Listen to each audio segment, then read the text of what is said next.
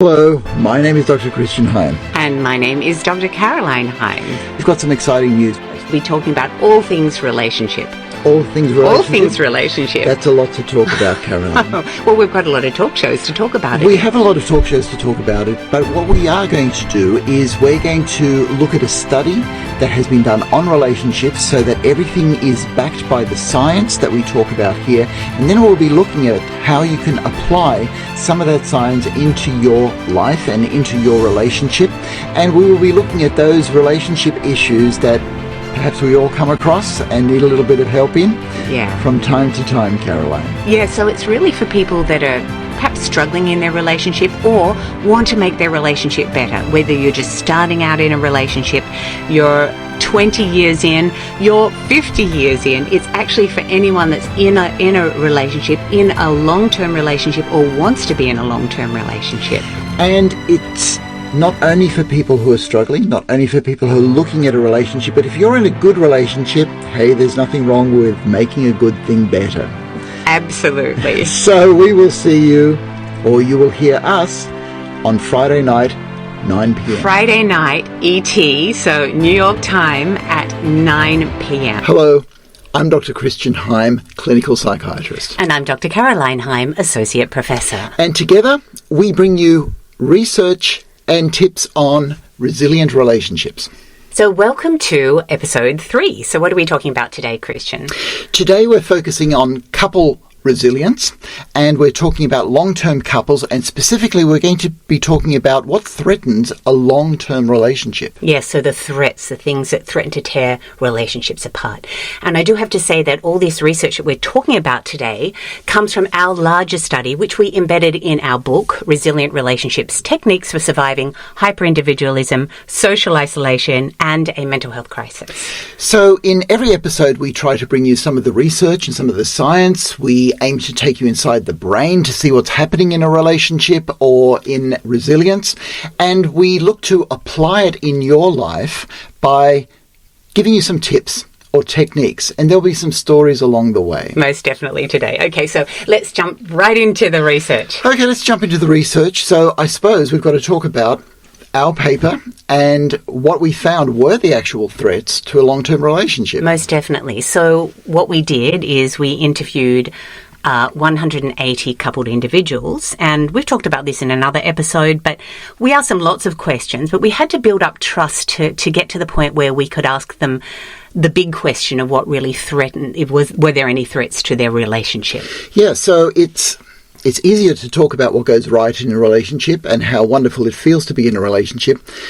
But talking about things like threats, the things that threaten to tear you apart, that's a lot harder to talk about. It really is, and there were times when, I thought, oh no, I can't ask that question.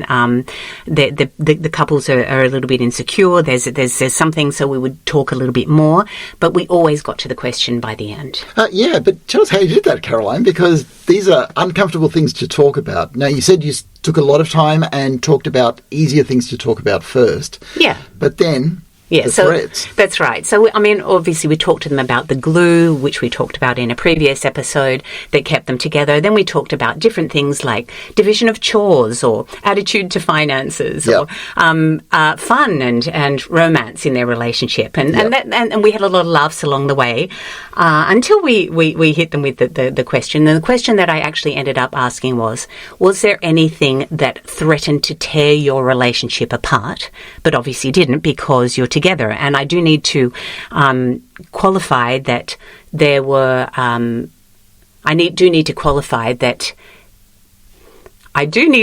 I will get this out at some point. I do need to qualify that the people that we interviewed were married 40 plus years. Yeah, that's right. That's right. So these are people who've been together for a long time and were doing what we considered well as far as longevity is concerned. If we could keep relationships together for 40 years or more, then I believe our society would be a much better place. That's kind of the aim of what we're doing. That's right. So the threats. Okay, so just to give a outline as to where we're going with this, I did want to ask you, so what were the top threats? Okay, so not everyone had a threat. Okay, so 2/3 of the couples actually, that's quite a big percentage. 2/3 of the couples said that there was something that threatened to tear their relationship apart. Okay, I'm just going to qualify that too, because not everybody wants to talk about the threats that's true as well. So I would actually say that most everybody would have had a threat of some sort, but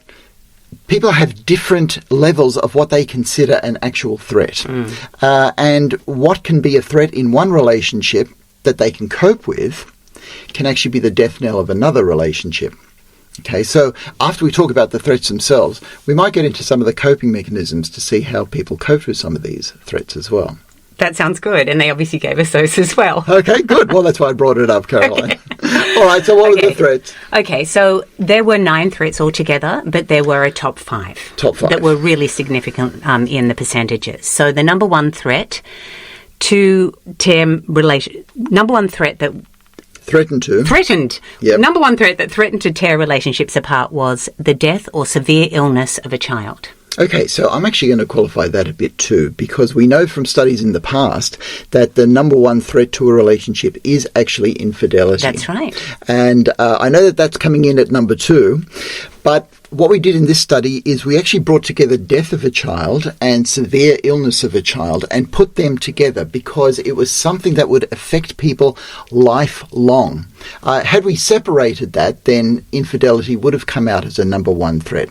But I think it was fair enough that we did that to bring together just how much of an impact the well-being of children, and in this case, the non-well-being of children, affects a relationship. That's exactly right. And I mean, that the whole thing is that divorce is 8 times more likely after child bereavement. So it is a huge threat. Okay, so 8 times more likely after bereavement.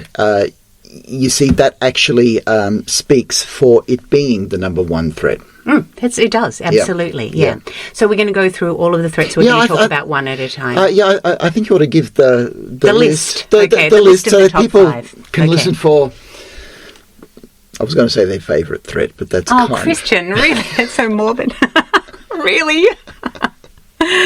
Okay, all right. So death of severe illness of a child is number 1. Yeah. Number 2 was, as Christian said, infidelity. Yeah. Number 3 was chronic mental illness in one spouse. Okay, mental illness is a big issue for all of society today, for people who are married and non-married, single and coupled. It's just something that we would like everybody to be able to get on top on, which is top of. That's why we're doing some of this as well. Absolutely. Number 4 was in-law issues. In-law issues. Yes. We don't know about those, do we? No, we don't know anything about in-law issues, no. But our couples did, so we'll bring you some of their stories, yes. And number 5 was prolonged time apart. Yeah. Yeah.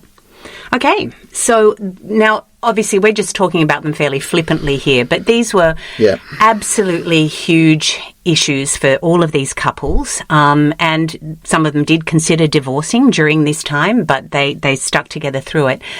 But it was really difficult for them to talk about. I mean, I had the privilege to hear the courage of these people and their stories that brought them to tears many times. They held each other's hands, they'd touch each other, they'd hug each other. We'd have to wait for a wave of tears to go by and big sighs and all sorts of things until they were ready to go on quite often, because it was so painful, the retelling of some of these stories. Yeah, but as painful as it is, the news is actually good news, because we are talking about couples who survived these threats. That's right, yeah. And unfortunately, life is full of suffering. Really sorry about that, but I think we all find that some way in all of our lives. However, these couples were able to survive these threats, and the significance of this is most of our study is on couples that don't survive the threats, and so we look at what people need to avoid. But wouldn't it be good to know how people actually survived it? And this is actually one of the first studies that looks at that. Okay, to see these threats, and then we'll talk about, well, how did you do that? That's right. So, yeah. So let's have a look at the threats one at a time, shall we? Yeah. So let's start off with the first threat, death or severe illness of a child. Okay. All right, let's do that. Okay, let me start off with a story then. Some were deaths and some were obviously severe mental illnesses. Yeah. So when we're talking about children, we're talking about one of the primary reasons that couples are in relationship. Quite basic to our survival as humans in the species is procreation, is to have children. And one of the most joyous experiences in life is having children. And you want the best for your children. That's kind of innate in all of us. These threats became threats because that aim was thwarted in these people. Absolutely. Okay. This is a story from Debbie and David, who have been married for 48 years. Yep. This is Debbie speaking. Our son was 18. He was an apprentice, still living at home. One Wednesday night he came home, showered, changed clothes, went to his mate's place, which he did quite often because he had an Xbox or a Game Boy. 4 men broke into the house and shot him through the head. And it was absolutely terrible. Terrible. Home invasion. David was the rock and I was the mess. Then, after 12 years, David collapsed. He was on the brink of suicide, and that's when he started on antidepressants. You battle through it. Lots of support from friends. You keep battling. Oh, wow. I know. I'm sorry, that's just so sobering. I know, it is. It really is, yeah. I mean, okay, so we have children, and we love our children, as everybody does. And to think at age 18, you just go out to spend a night with friends, and you don't come home. That's right. And in Debbie and David's life, things were changed from that point on. And, okay, so Debbie says that she was a mess to begin with, and then 12 years later, David was a mess. So we are talking about an event that haunts you for the rest of your life. Mm. And yet, they're still together. Mm. And I suppose that's the hope, and that's the outcome that is protective for both of them, for the rest of their children, and for all of society. That's right. That they were hurt but not shattered. Mm. Great deep hurt. That's a really deep hurt. I know. I mean, how do you survive? How do you even go on in life from that? I mean, one day he's there and the next day he's not. Yeah, that's right. And it's not an accident either. And the anger and they did talk a little bit about that. They joined a homicide support group and such, and obviously it was all looked into. And the police were involved. And, of course, then they had to relive it all, talking about it in all the reports. And it's so hard, so hard. Yeah. Just before we go on to the second one, because we'll want to know how they survived that, okay? Any initial thoughts before we leave that? Because that's a big story to begin with. It is a big story to begin with. They dealt with it on their own, each in their own way, right. This couple, okay? Because they were quite different personalities, actually almost opposite personalities, and they needed their own time to grieve in their own way. Yeah. And that was really important, that they left space for that. Yeah. So I'm just going to say something about that, because that's actually really important, because right in that statement that you just made there, we see that dynamic on how a couple relationship is actually two individuals, but it's also one relationship. Yeah. So the outcome was that they were still a couple. So they still had what we call attachment, but they were also grieving in their own way. And respect in a relationship, if you like, is leaving time and space for a person to be themselves. So in the grieving process, it sounded like they were able to leave that time and space for each other to grieve through that.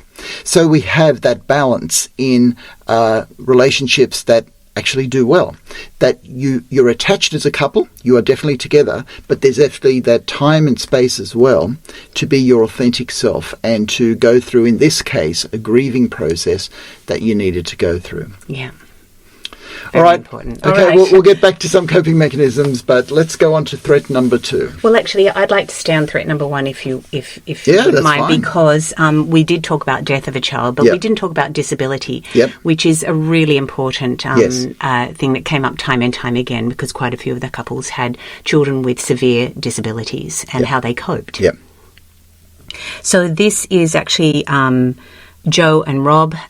Joe is Australian, but Rob's from Scotland, so a cross-generational marriage. They've been married for 47 years. Cross-cultural. Cross-cultural? What did I say? Cross-generational. Oh, my goodness me. No, this is actually a cross-cultural marriage. Yeah. Matty was about 7 months old when we realised something was very wrong. He had caught a germ at the hospital and he's severely intellectually brain damaged. So that was a really hard knock for me at 24. And by the time I reached 30, I had a breakdown. I grieved and blamed myself for what happened to Matt, that I didn't do enough to save him. For 7 years, I didn't go out of the house. It's a lot of pressure on the marriage having a disabled child. If Rob hadn't been the husband that he was, we would have been a split family. We committed to doing this together, and we're going to do it to the last breath together, no matter what. Sorry. No, that's all right. I'm just breaking down here because I will never forget that moment when they'd finished telling the story. And Rob looked around and he showed me all the pictures of their family around the room. And He said, and I'd asked him, what kept you together? And he said, that. We stuck together. And he showed me the pictures. Yep. Yeah, and he broke down too. Highly emotional stuff. Yeah, it is. It really is. Okay, so we're talking about severe disability in a child, and we can talk about some of the reasons why this is such a threat to the integrity of a relationship. Like in that story, there was the idea that maybe we didn't do enough to protect them, so people start to blame themselves. Or when it has to do with, let's say, an inherited disease like Down syndrome, for example, all right? What starts happening is the pain becomes so hard that some people want to keep the pain away from them. And one way of doing this, and this is quite natural, this is not a judgment, is to blame the other person. Oh, it must have been your genes that did this. If it wasn't for you, or if we had done this, or maybe we should have made that choice. And that is one of the risk factors for people dissolving their relationship, their marriage, blaming the other person. Okay. Whereas if you're able to stay together, and as Rob told you just there, it was all these people, the people of his family, the close, the memories, everything that they had built up in relationship that kept them together. That's the ability to use your relationship as strength, emotional strength, to help you get through. Yeah. I mean, 7 years not going out of the house when you're in your 20s. Wow. Okay, so that also brings up the idea of sacrifice and altruism. And in previous episodes, we talked about how important that is as an ingredient to a resilient relationship. In fact, it came in at number 2. It did. It was number 2. You have to be a person who is able to give, sacrifice, and put other needs before your own to have a good relationship. And when you've got 2 people doing that, the relationship is almost assured. However, let's leave the death of children and severe illness in children to go on to the number 2 threat, infidelity. Okay, so starting with a story again. Actually, before we get to the stories, let's just talk about some of the stats around infidelity. Okay. Yep. And some of the things that we found as well, because we actually know that infidelity is the number 1 thing that leads to divorce. Okay? So just on the statistics of that, if your relationship has experienced a divorce, there's a 50% chance that you'll break up. Now, that's actually good news, all right? Because that's only half. That's only half. Only half. That means that the way that you handle it can make the difference between the relationship staying together or not. Now, because it's the number 1 reason that people actually fall apart, everybody's afraid of infidelity. Yes. Okay? And obviously, do what you can to avoid infidelity, because it's a very, very difficult thing. And as a couple therapist, I've gone through this with people who have experienced it. It's very difficult to get through some of the ramifications of it. However, the good thing is that you can. You can. You can. Okay. And some more statistics. It's actually hard to find out how many couples actually experience divorce. the statistics will say somewhere between about 14 and 25% of couples will experience divorce. Divorce from an affair. Will experience an affair. So can you just... I'll clarify that. So of all couples, about 14 to 25% will have experienced a affair as part of their relationship.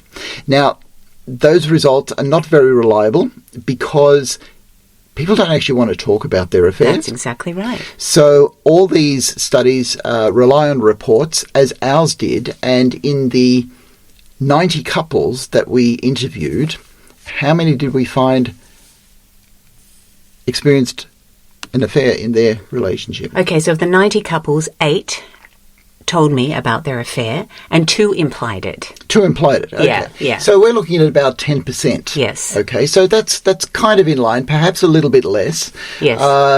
But if you account for people who were sitting right in front of you, that perhaps shows, you know what, we may just not talk about that. That's right. But then you had this very courageous couple, Veron and Wayne from Australia, who had been married just over 40 years, and they had just experienced the affair 4 months earlier. And they cried all the way through the interview, and they were dealing with things as they went.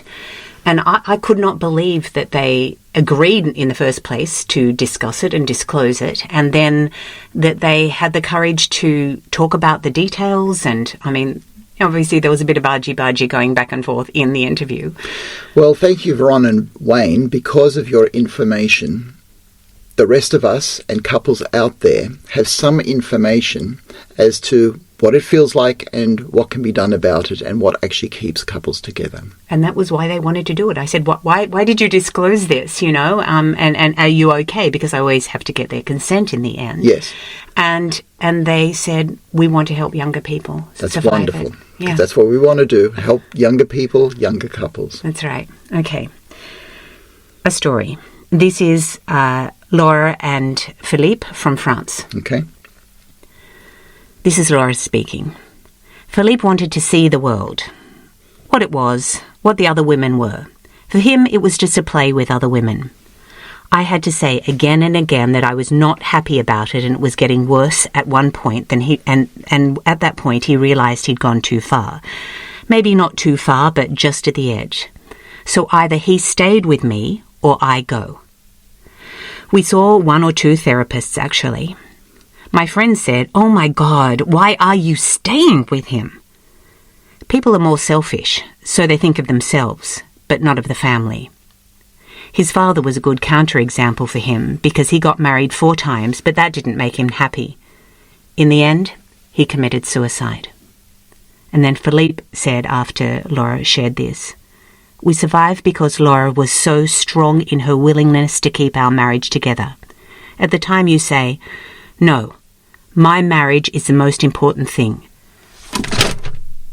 At the time you say, 'No, my marriage is the most important thing.' We've built something irreplaceable." Irreplaceable. Now, we live in a society that would have told Laura to leave.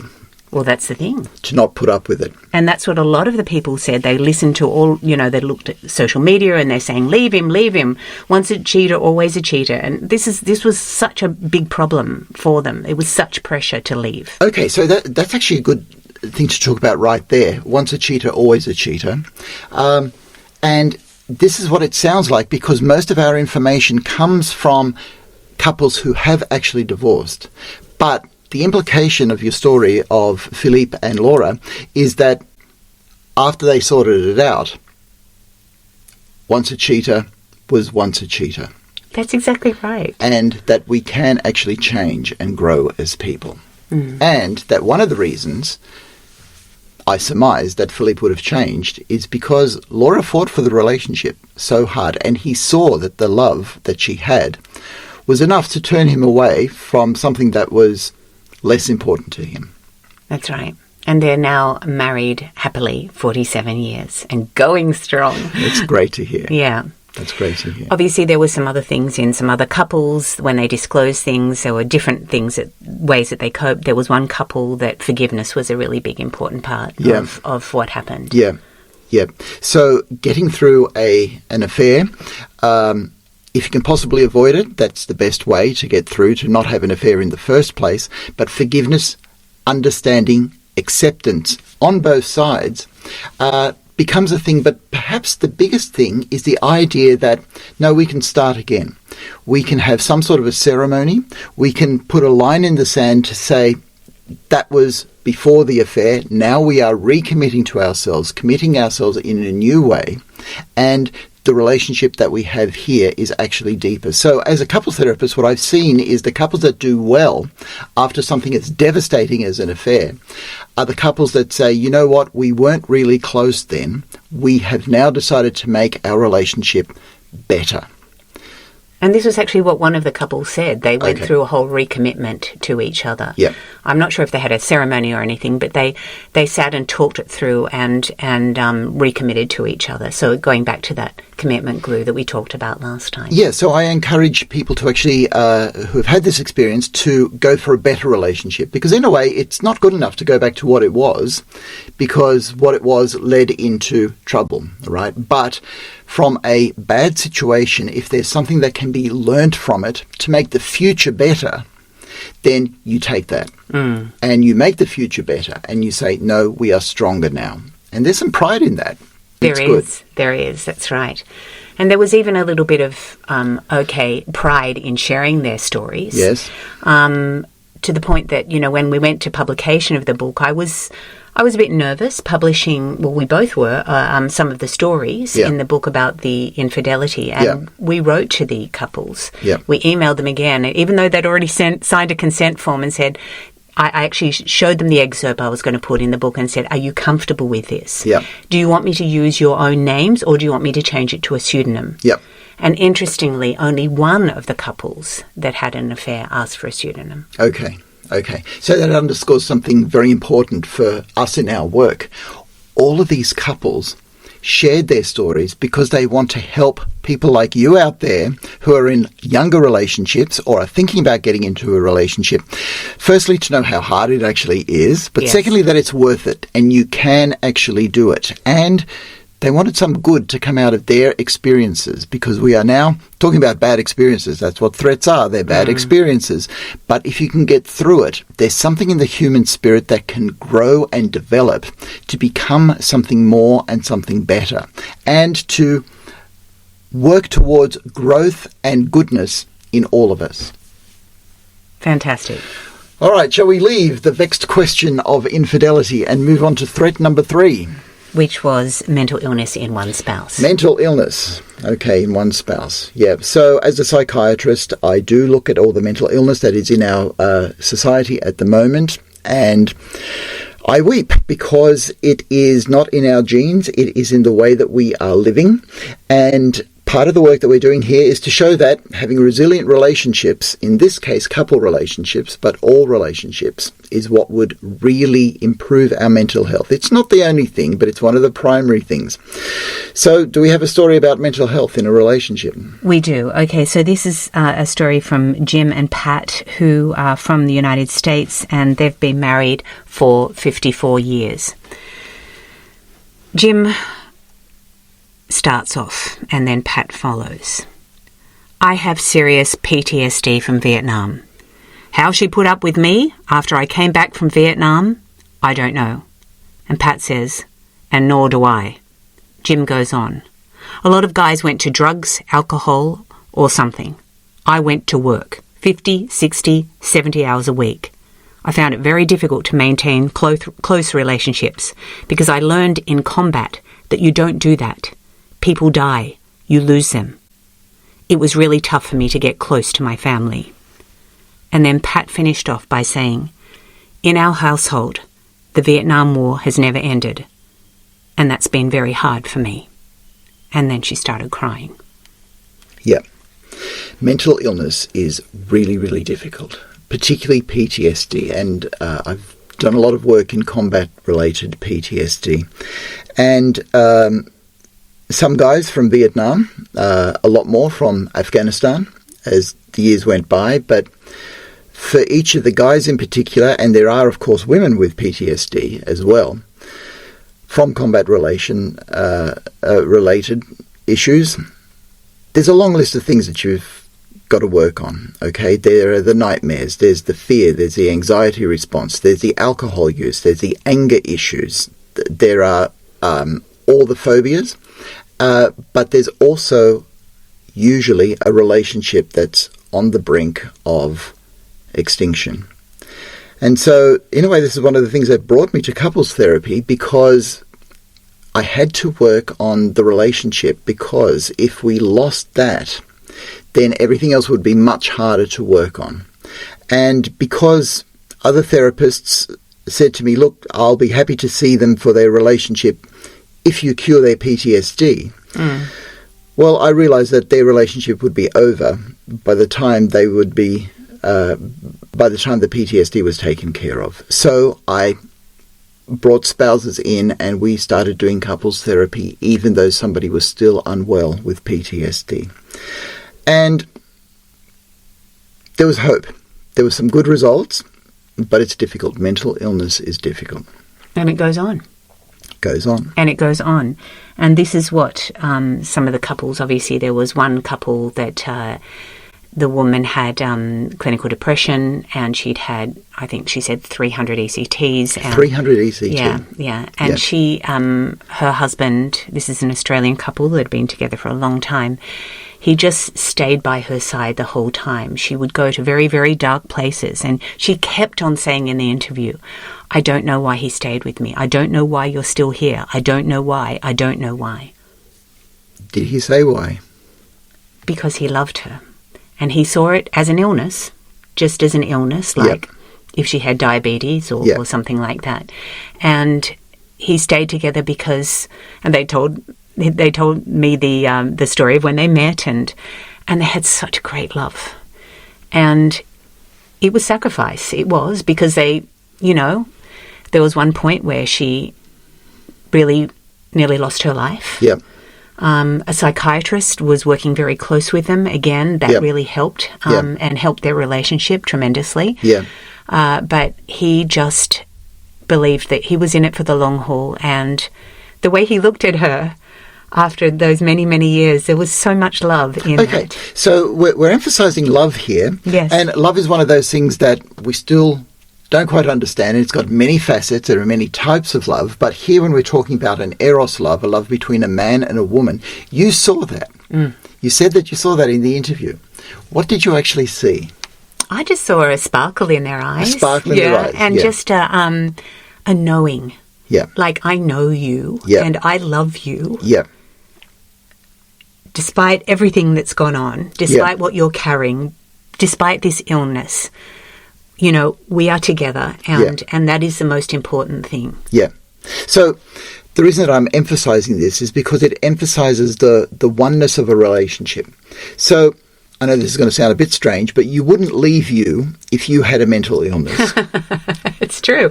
Okay, bye. That's right. You'd find a way to get through it. Or a physical illness, or problem in-laws, which is what we're coming to.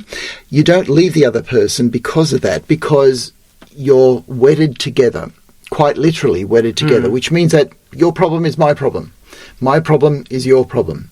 We've got to find some way through that. And I suppose that's what commitment is. The idea that we're not separate beings looking for our own happiness individually, but we are together beings looking for our togetherness and our together happiness together. That's right.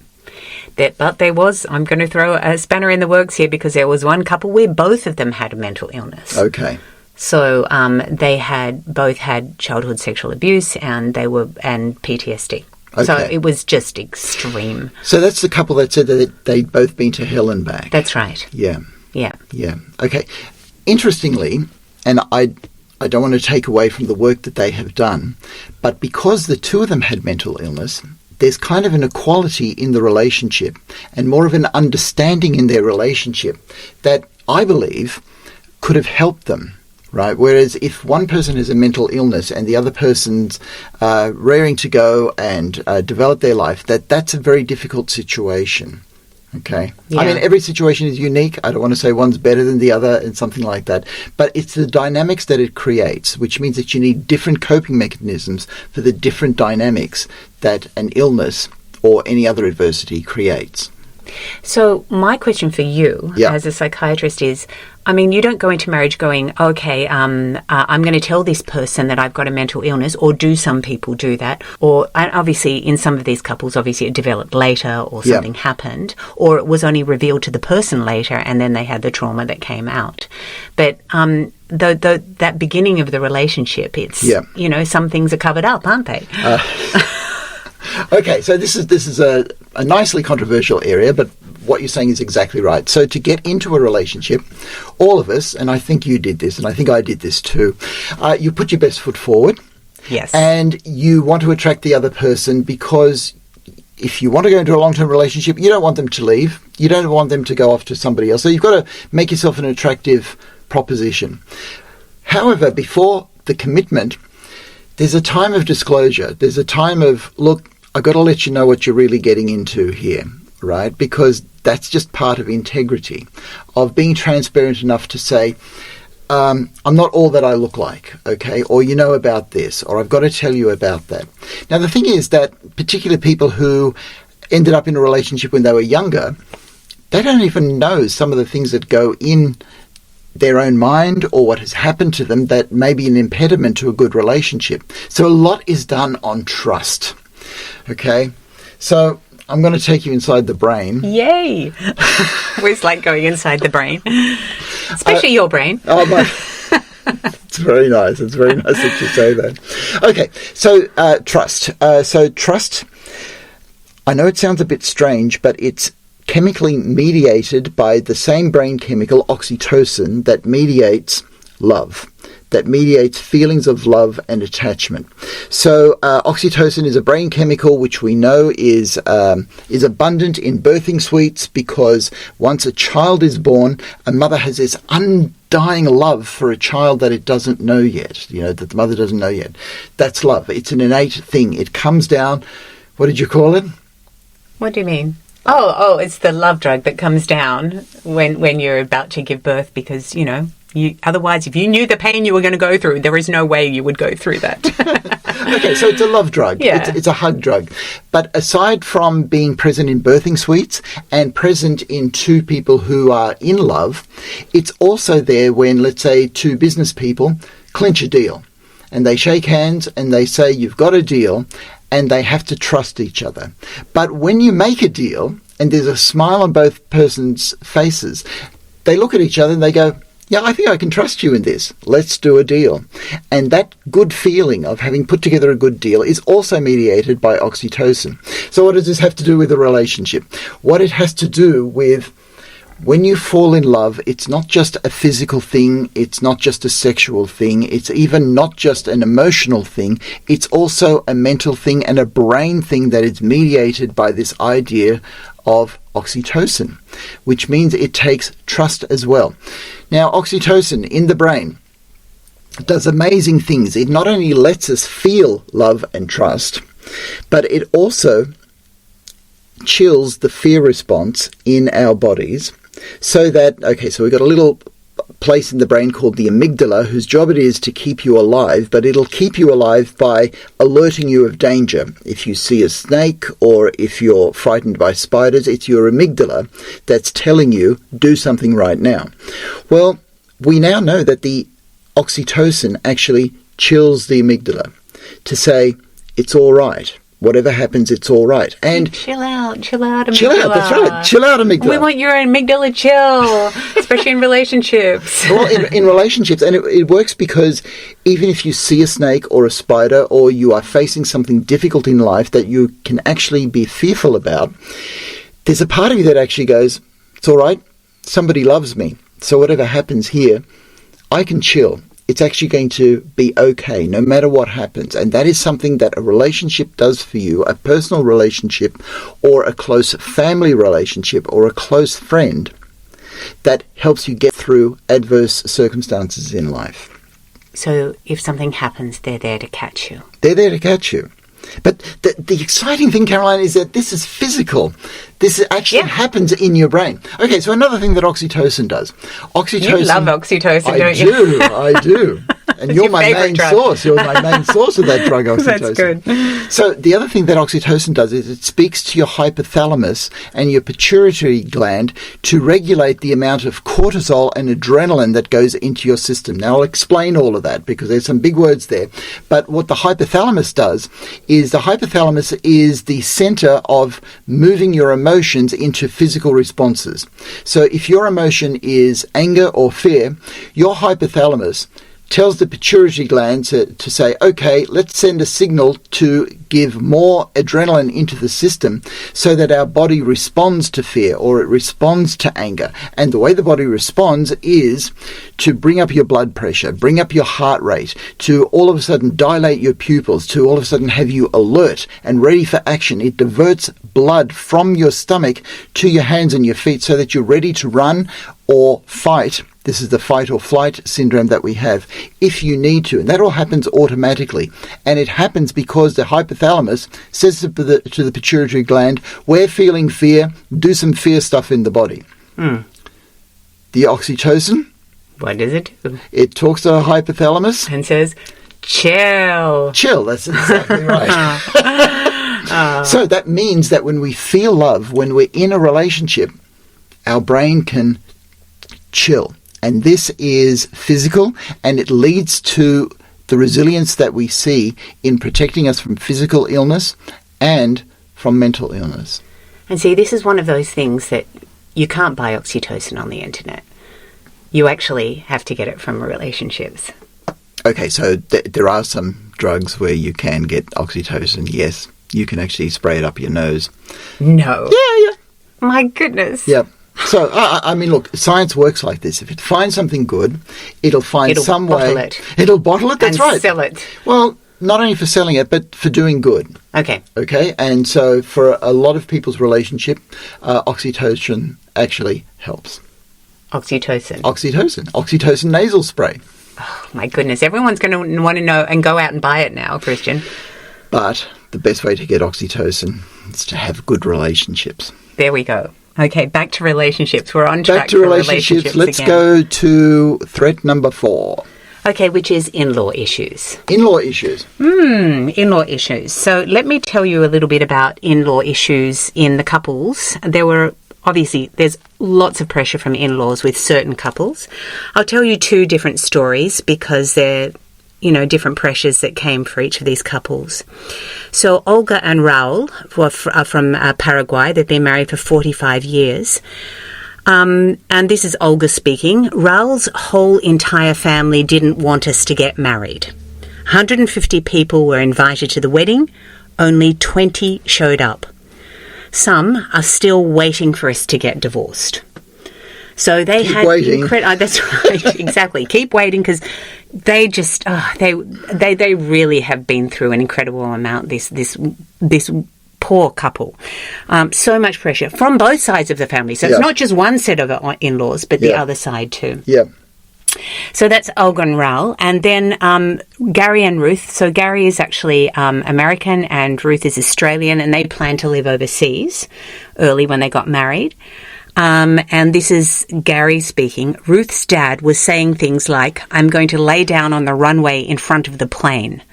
Okay. I'm not going to let you go. Okay. So there was, these are quite extreme responses, not turning up at a wedding, threatening to, lie in front of her down on a runway. Pretty extreme responses. They're pretty extreme responses. And it shows how strong the bond is to families.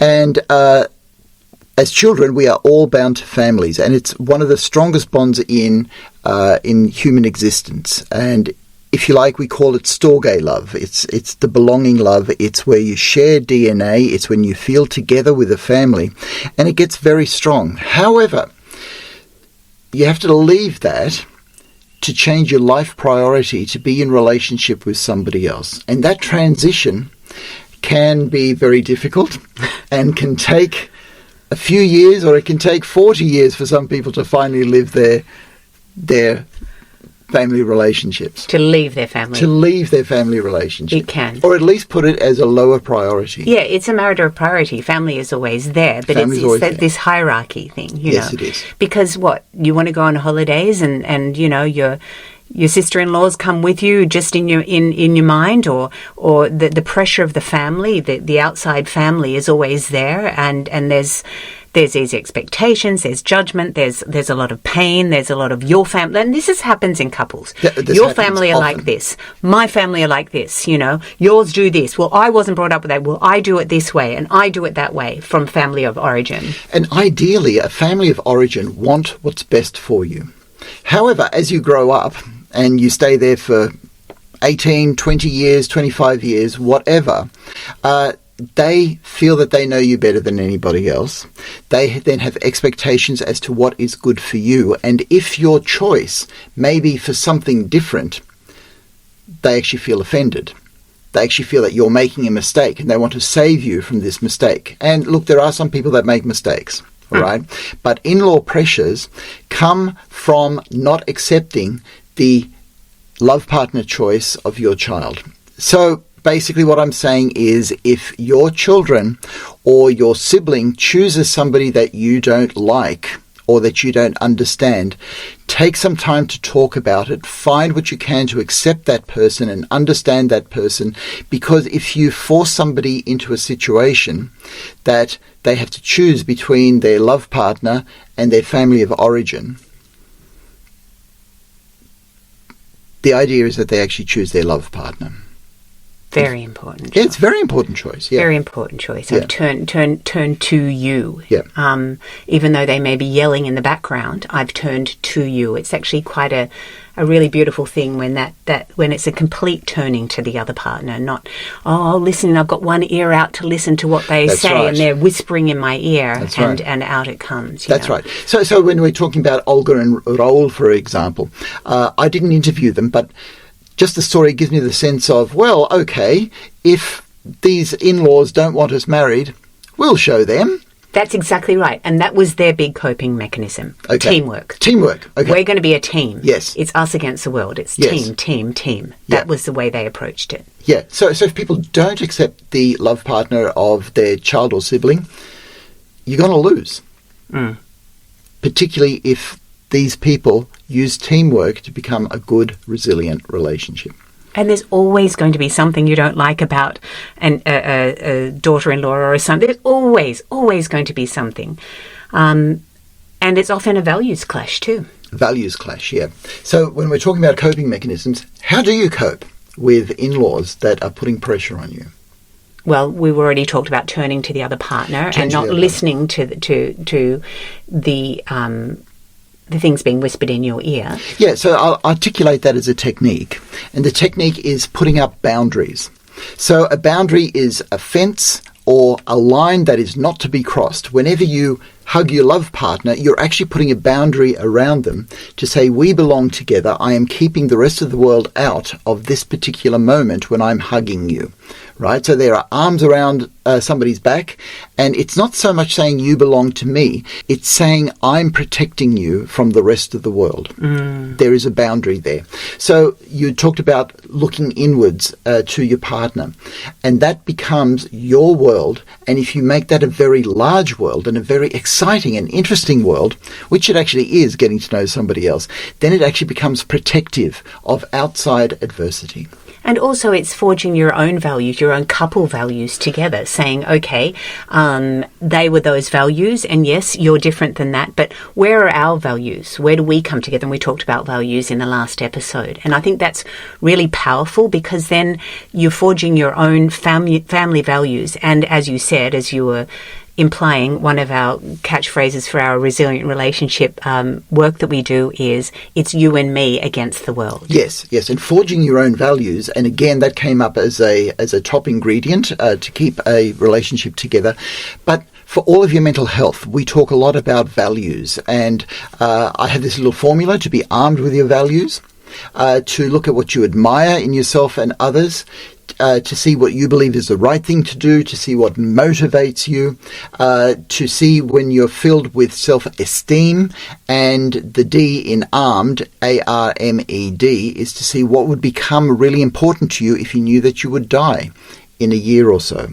Now, the thing is that helps you find your individual values, but as a couple, it also pays to sort of sit down, well, these are my values and these are your values. How can we forge our values? Because when you get an identity based on your values, you walk together into the future together and more resilient. Yes, absolutely. So even like with the E, when do we feel with self-esteem? Yes. You know, I mean, that's a lovely, when do we feel really one and together, and that this is something that we're really proud of that we've created in our marriage, you yes. know? Yes. And yeah, there's so much in all of that, and it's great. Like, you often talk about getting couples to sit down for a little bit of time each week to discuss these sort of things. Yes. So shared values came in at number 3 as far as the top secrets to keeping a relationship together. And values is something that keeps you on track for life as an individual or as a couple, or even you have mission statements for companies now. So what that is basically your values as a company or an organization to drive you forward so that you know what you're actually doing and staying on track for the right thing. So the message here is, for a resilient relationship, know your shared values. It will keep you away from the outside wolves like in-laws that try to whisper in your ear, because what you actually do when you leave a family, so I mean parents and siblings, you're actually changing your values. You're actually saying that there's something more important to me than what I grew up with. And that can be challenging for the other people. In true love, a family of origin will go, okay, we're really happy for you. That's great, because you are developing the self that you actually are. That's right. And then their family actually extends, and it becomes one big family, which is quite lovely. It is, because the nature of love is that love only wants to love and be loved in return, which means that there's love enough for everybody if we can do it the right way. But I think we can go on to number 5. Which is prolonged time living apart. Yeah, prolonged time living apart. Yes. Okay. So lots of different stories with this. So let me go to Mary and Brian. Okay. So Mary was alone a lot of the time because Brian was a travelling salesman. They've been married for 50 years. They're from New Zealand, actually. She said, I was alone all the time. He was gone almost all the time. I had a nervous breakdown. There are a lot of threats about leaving the relationship. Yeah. And then Candy was on the road a lot of the time, so we had the reverse here. And Greg was the commanding officer, so they were both like really super powered career people. And Candy said, we were just so busy, we were being pulled apart. So one of their coping mechanisms, interestingly, was that they found something to do together. One thing that takes time that they do every single week, setting apart time to do it together. So this was really great advice for people that are both really career seeking and trying to find a together place and time. Yeah, so I'm going to go a little bit into the theory of attachment. So in other words, humans staying together. Because we live in a society that emphasizes our individuality, that says go for it yourself, that if there's a good job out there, you've got to take it. But what this ends up with is a lot of time apart for couples that are high functioning or just want jobs, quite frankly. And the science of the theory of attachment, which has been around for 80 years now, put together by John Bowlby in the 40s, tells us that we naturally attach to people who are close to us, which means that if you want to attach strongly in a couple relationship, you've got to be close. So the only quality time is actually quantity time. You've got to be together.